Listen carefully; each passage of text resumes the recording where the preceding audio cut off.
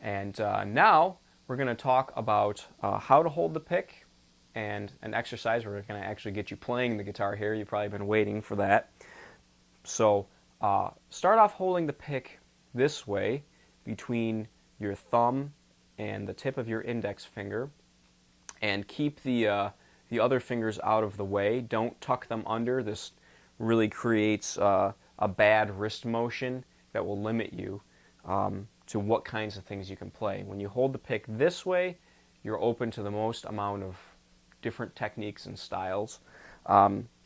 Plant the pinky right on the body of the guitar as an anchor, and again, keep these other ones kind of just floating a little bit but out of the way. And what we're going to do is we're going to do a technique called alternate picking, and in each string we're going to do a down, up, like this. Down, up. Then you're going to skip a string. So that was the E string. We're skipping to D. Down, up, down, up. Now we're going to go back to the string that we skipped, which was A. Down, up, skip a string, down, up, go back a string, down, up, skip a string, down, up, go back a string, down, up, finally skip, down, up.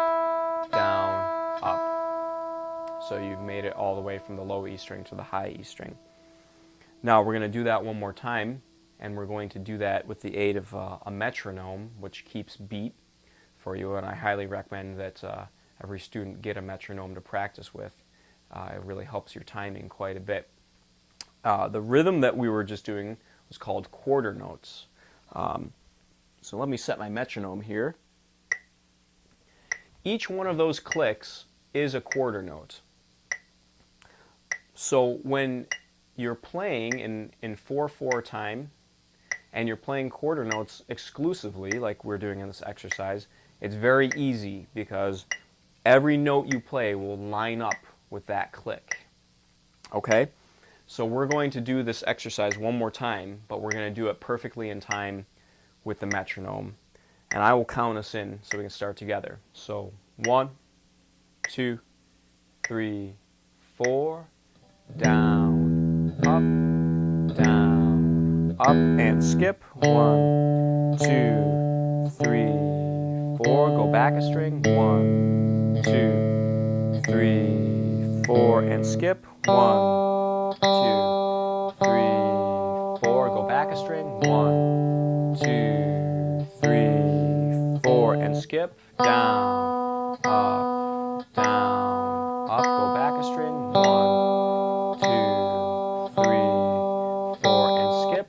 1, 2, 3, 4, and we end there on the high E string. That is the first part of this exercise. There's 4 parts to it, and if you want to get more into that, as well as all of the basics that we're covering in this lesson, that will be part of my online guitar series that you'll have to subscribe to through my website. So that's the first part there, and that is just a warm-up exercise, basically. So that's one of the first things you want to do when you sit down to play guitar, is do that simple exercise. It's going to get a lot faster, a lot more challenging. There's going to be other rhythms like eighth notes, triplets, and 16th notes. But we're not going to get into that today, because you probably would like to do more than just play some open strings. And just as a quick side note, you probably noticed as I was playing that my picking hand barely moves at all. You know, when you see people, say like Pete Townsend doing the old like windmill thing and all that kind of stuff, that's really great for show.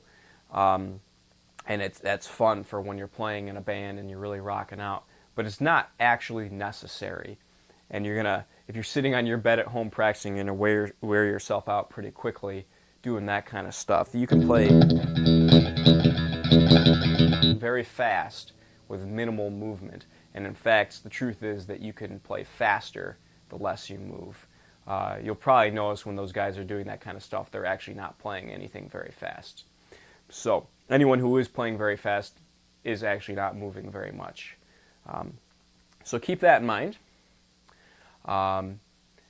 Now we're going to talk about the left hand. Really important that you have your thumb in the right place. So I want you to give me a thumbs up, just like this right now. And we're going to put that on the neck here, right behind the second fret.